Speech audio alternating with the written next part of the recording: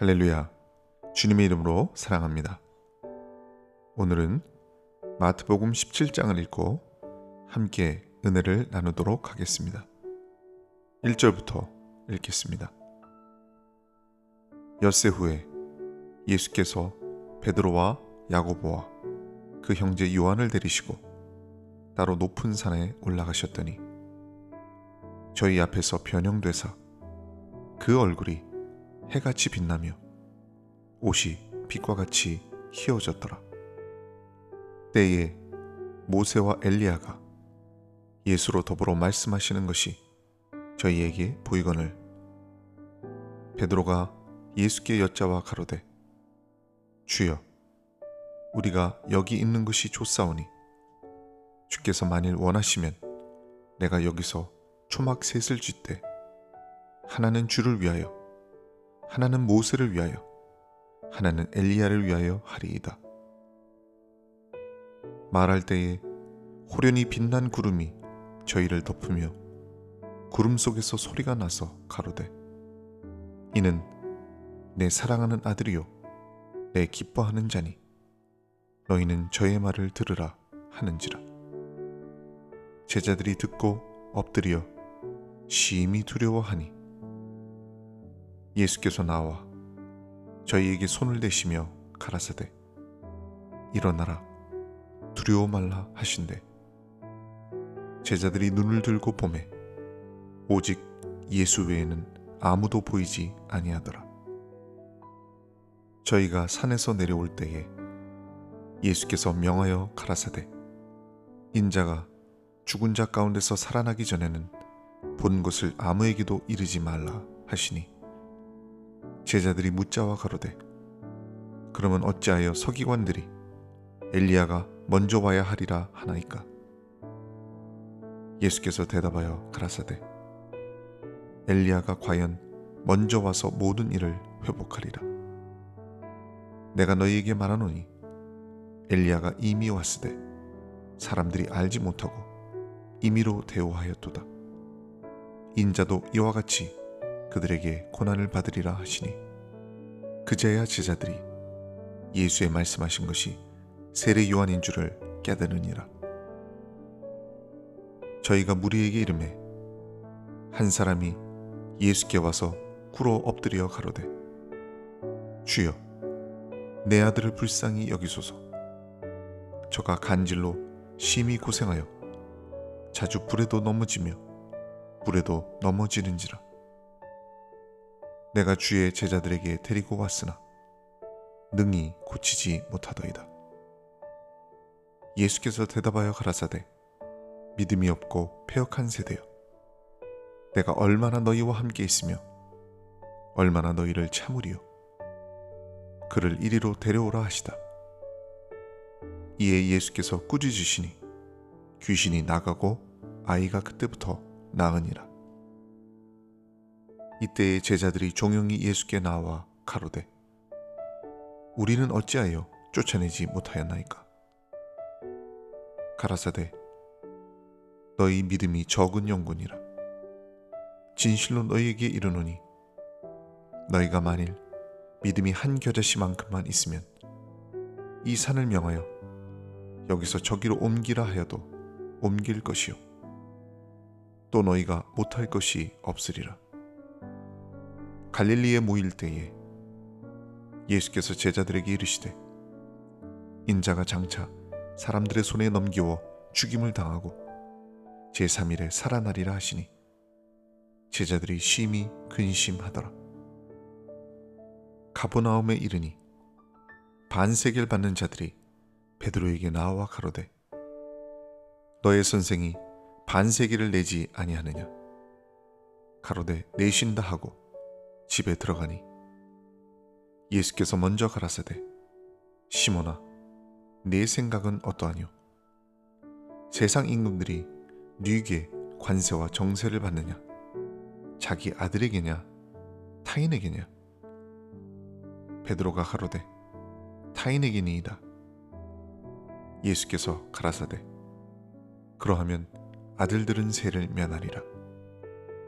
그러나 우리가 저희로 오해케 하지 않기 위하여 내가 바다에 가서 낚시를 던져 먼저 오르는 고기를 가져 입을 열면 돈 한 세기를 얻을 것이니 가져다가 나와 너를 위하여 주라 하시니라.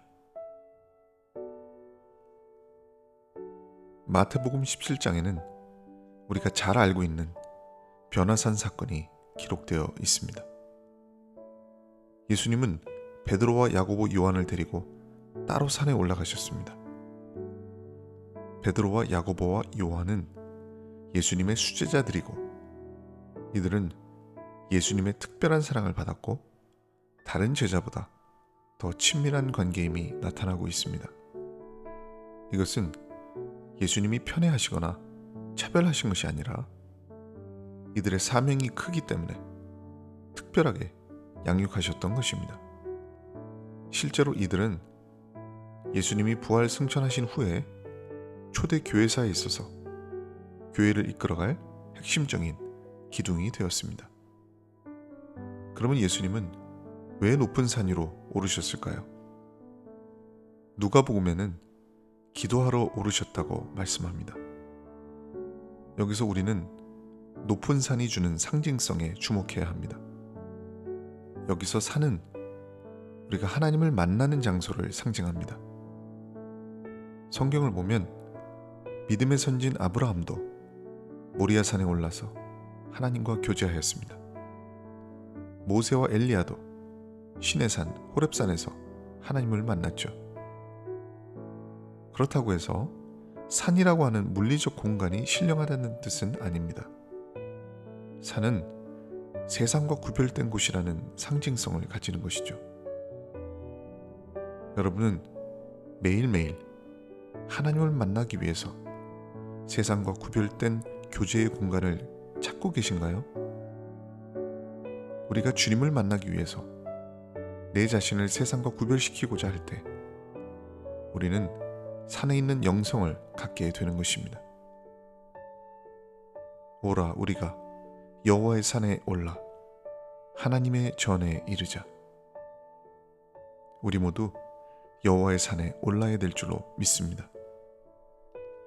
본문 2절을 보면 저희 앞에서 변형되사 그 얼굴이 해같이 빛나며 옷이 빛과 같이 희어졌더라 라고 기록되어 있습니다.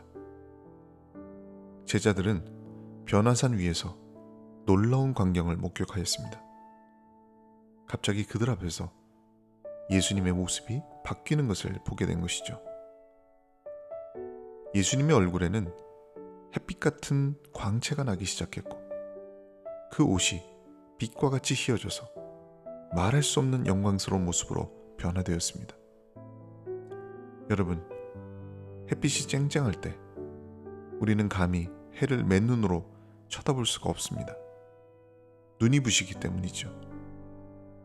그러나 예수님은 햇빛과 비교할 수 없는 빛의 창조자이십니다. 그분의 빛은 사람이 가까이 하지 못할 빛이시죠. 그래서 디모데전서 6장 16절에 오직 그에게만 죽지 아니함이 있고 가까이 보지 못할 빛에 거하신다고 증거하고 있습니다. 예수님은 자신의 존재를 이렇게 밝히셨습니다. 나는 세상의 빛이라. 나를 따르는 자는 어둠에 다니지 않으리라. 요한은 증거합니다. 빛이 어둠에 비침해 어둠이 깨닫지 못하더라. 그 빛은 사람들의 빛이라. 바로 예수님은 우리에게 비추는 참된 빛이심을 믿으시기 바랍니다. 제자들은 산에 올라가서 자기들이 평소에 보고 알았던 평범한 예수님의 얼굴이 아니라 그분이 가지신 천상계의 신분을 보게 된 것이죠. 본문 3절에 보면 때의 모세와 엘리야가 예수로 더불어 말씀하시는 것이 저희에게 보이거늘 이렇게 기록되어 있습니다. 제자들은 놀라운 광경을 목도했습니다. 갑자기 모세와 엘리야가 나타나서 예수님과 말씀하시는 장면을 보게 된 것입니다. 왜 하필 모세와 엘리야가 나타났을까요? 그것은 모세와 엘리야 모두가 예수님의 사역을 예표하고 예비한 사람들이기 때문입니다. 모세는 이미 신명기에서 이렇게 증거했습니다. 네 하나님 여호와께서 너희 중 내 형제 중에서 나와 같은 선지자 하나를 일으키시리니 너희는 그를 들을지어다. 여기서 나와 같은 선지자가 누구입니까? 바로 예수 그리스도를 의미하는 것입니다. 즉 모세의 사역이 예수님을 예표하는 것입니다. 엘리야는 어떻습니까? 엘리야는 죽음을 맛보지 않고 승천했던 사람입니다. 이는 장차 예수 그리스도께서 이루실 부활의 권세를 예표합니다. 또한 말라기 4장 5절은 증거합니다. 보라, 여호와의 크고 두려운 날이 이르기 전 내가 선지자 엘리야를 너희에게 보내리니. 엘리야가 다시 온다는 말은 무엇일까요? 바로 세례 요한의 사역을 말하는 것입니다. 즉 엘리야의 사역은 세례 요한을 예표하기도 했습니다. 결론적으로 모세와 엘리야가 산에 나타난 것은 모세는 율법의 대표로서 나타난 것이고 엘리야는 선지자의 대표로서 나타난 것입니다. 율법과 선지자 모두가 예수 그리스도 안에서 완성된다는 표적인 것이죠. 자, 그러면 과연 모세와 엘리야는 예수님과 어떤 대화를 나누었을까요? 누가복음에서는 이 대화가 예수님이 예루살렘에서 별세하실 것에 대한 것이라고 자세하게 기록하고 있습니다.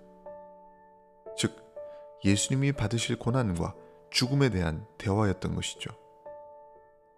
이 대화 내용은 너무나도 중요합니다. 그래서 예수님은 3명의 제자들을 높은 산에 데리고 와서 이 대화를 듣게 하셨던 것입니다. 그러나 그때 3명의 제자들은 가장 중요한 순간에 피곤하여 졸았다고 누가복음이 기록합니다. 가장 중요한 대화를 놓치고 만 것입니다. 여기서 우리는 스스로를 돌아보게 됩니다. 우리는 신앙생활할 때 주변에 많은 화려한 것들에 둘러싸여 있으면서 정작 우리가 따라가야 할 그리스도의 고난과 죽음을 놓치고 있지는 않은지를 돌아봐야 합니다. 아무리 높은 산에서 주님과 함께 있다고 해도 예수님의 고난과 죽음의 의미를 놓친다면 그 신앙은 껍데기에 불과한 것입니다.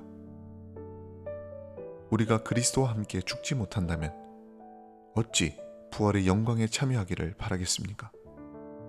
우리가 주는 그리스도시요 살아계신 하나님의 아들이십니다 라는 고백을 했다면 반드시 그리스도의 고난과 십자가의 길에 동참해야 합니다. 이것이 우리가 당면한 현실적 과제입니다. 본문 4절이 증거합니다. 베드로가 예수께 여짜와 가로되 주여 우리가 여기 있는 것이 좋사오니 주께서 만일 원하시면 내가 여기서 초막 셋을 짓되 하나는 주를 위하여 하나는 모세를 위하여 하나는 엘리야를 위하여 하리이다. 제자들은 앞서 있었던 예수님의 죽음에 대한 대화를 이미 놓친 상태였기 때문에 눈앞에 펼쳐진 신비한 광경에 취한 나머지 헛소리를 하기 시작합니다. 주여 우리가 여기 있는 것이 좋사오니 우리가 초막 셋을 짓되 주님과 모세와 엘리야를 위해서 짓겠습니다. 이들이 현재 하는 말은 신앙 고백과 상관이 없는 무익하고 무의미한 말입니다.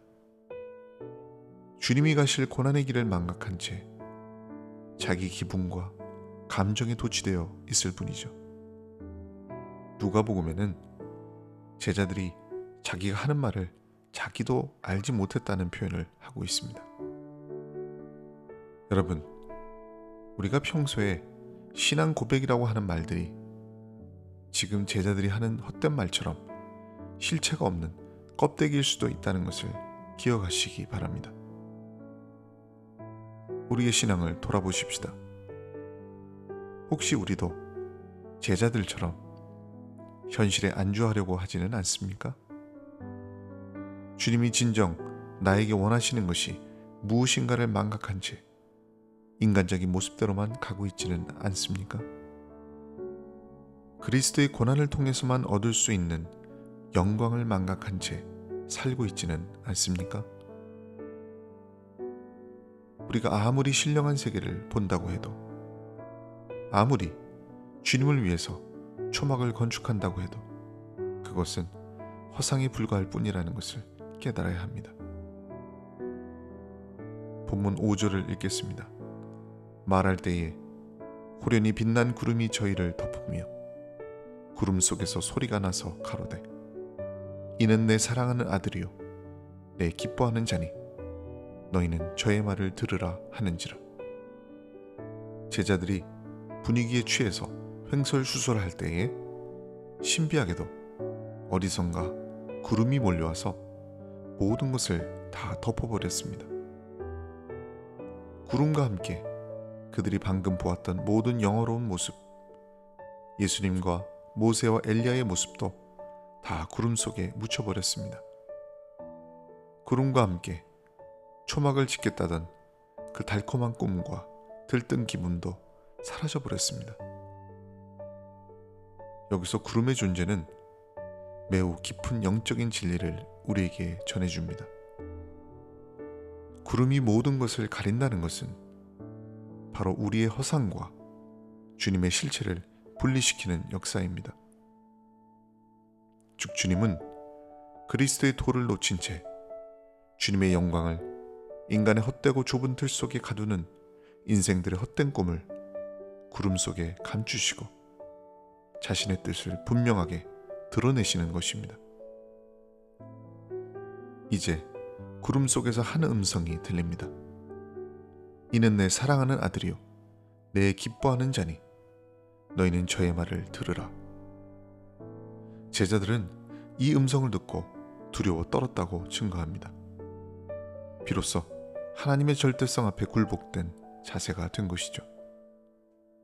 저는 이 장면에서 인생의 진실과 신앙의 진실을 보게 됩니다. 돌아보건대 인간의 깨달음은 항상 구름 속에서 이루어졌음을 고백하게 됩니다. 인간의 무지한 꿈과 감정과 죄악된 모습이 구름과 함께 다 사라져버릴 때 주님은 우리에게 말씀하십니다. 너희는 저의 말을 들으라.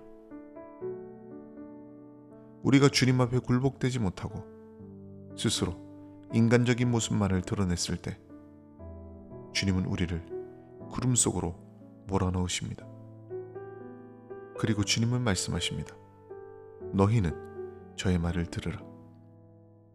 여러분의 삶 속에서도 구름 속에서 하나님의 음성이 들리지 않으십니까? 우리가 붙잡아야 될 것은 주님의 뜻이고 우리가 청종해야 될 것은 오직 그리스도의 말씀밖에 없습니다. 다시 말씀드립니다. 여러분의 헛된 꿈과 감정과 인간적인 모습이 구름과 함께 모두 사라질 때 비로소 주님은 여러분에게 말씀하십니다. 너희는 저의 말을 들으라. 구름은 나의 허상과 주님의 진실을 가르는 선이고 하나님의 절대성과 인간의 상대성을 가르는 선입니다. 본문 7절과 8절에 예수께서 나와 저희에게 손을 대시며 가라사대 일어나라 두려워 말라 하신대 제자들이 눈을 들고 보매 오직 예수 외에는 아무도 보이지 아니하더라. 이제 구름이 걷히고 제자들이 눈을 들어 보았을 때 그들의 눈에는 예수님밖에 보이지 않았습니다. 저는 이 대목이 참으로 은혜가 됩니다. 많은 사람들이 신앙생활을 할 때 변화산에서 겪는 듯한 체험을 많이 하는 것을 보게 됩니다.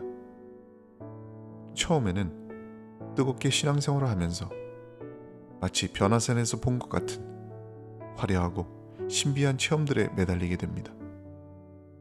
주님과 함께 가야만 하는 십자가의 도를 망각한 채 초막을 짓고 살겠다고 말하는 제자들처럼 진정한 길을 찾지 못합니다. 그러나 언젠가 그러한 인간의 헛된 감정과 망상은 모두 사라지게 됩니다. 오직 남는 것은 내 앞에 살아계신 예수님이고 그분의 말씀에 순종하며 따르는 길밖에 없음을 깨닫게 될 것입니다. 오직 예수 외에는 아무도 보이지 아니하더라. 지금 여러분 앞에는 무엇이 보이시나요? 우리가 영적인 잠에 빠져서 그리스도의 도를 놓치고 인간의 감정과 인식과 죄 가운데 도취되어서 하나님이 원하시는 핵심을 바라보지 못하고 있지는 않습니까? 저는 이 말씀의 엄숙한 진실 앞에서 우리 신앙이 껍데기일 수도 있다라고 하는 위험한 생각을 하게 됩니다. 변화산에서 아무리 화려하고 신비한 광경을 바라보아도 그 모든 것은 다 지나가는 것입니다. 오직 우리가 따라가야 될 예수님만이 보여야 됩니다.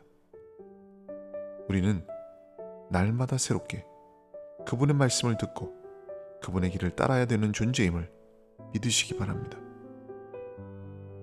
본문 24절부터는 세금에 대한 이야기가 나옵니다.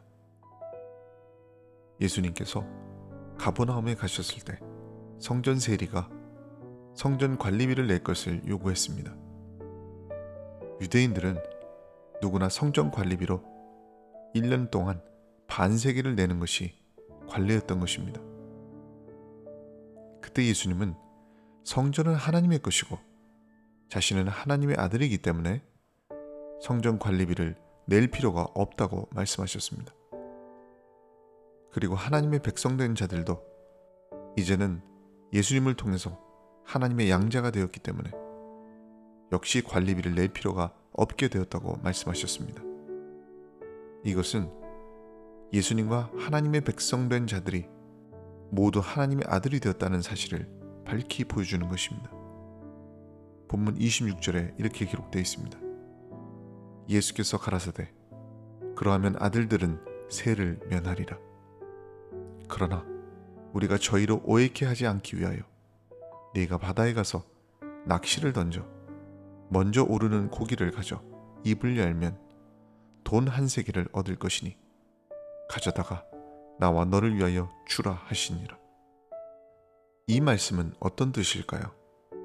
하나님의 백성은 기본적으로 성전 관리비를 낼 필요가 없지만 오해를 피하기 위해서 세금을 내라고 말씀하십니다. 이것은 예수님이 성전 세금을 거부하게 되면 그에 대한 이해가 부족한 자들이 자칫 예수님이 성전과 예배를 무시하는 것으로 오해하고 예수님의 사역을 회방하고 배척할 것을 염려하시고 하시는 말씀입니다. 놀라운 것은 예수님이 제자들에게 바다에 가서 낚시로 고기를 잡아서 그 입을 벌리면 거기에서 한 세겔의 돈을 얻게 될 것이라고 말씀하셨다는 것입니다. 이 말씀은 예수님의 초월성과 전지전능하심을 다시 한번 확인시켜 줍니다. 이처럼 예수님은 언제든지 주님만이 하실 수 있는 기적적인 방법을 통해서 모든 것을 예비하신다는 것을 우리는 믿어야 합니다. 주님은 여러분의 막혀있는 삶 가운데서도 항상 길을 여시고 인도해 주실 것입니다. 오늘은 마태복음 17장을 읽고 함께 은혜를 나누어 보았습니다. 이 시간 주님의 은혜와 평강이 여러분 가운데 함께 하시기를 주님의 이름으로 축원을 드립니다.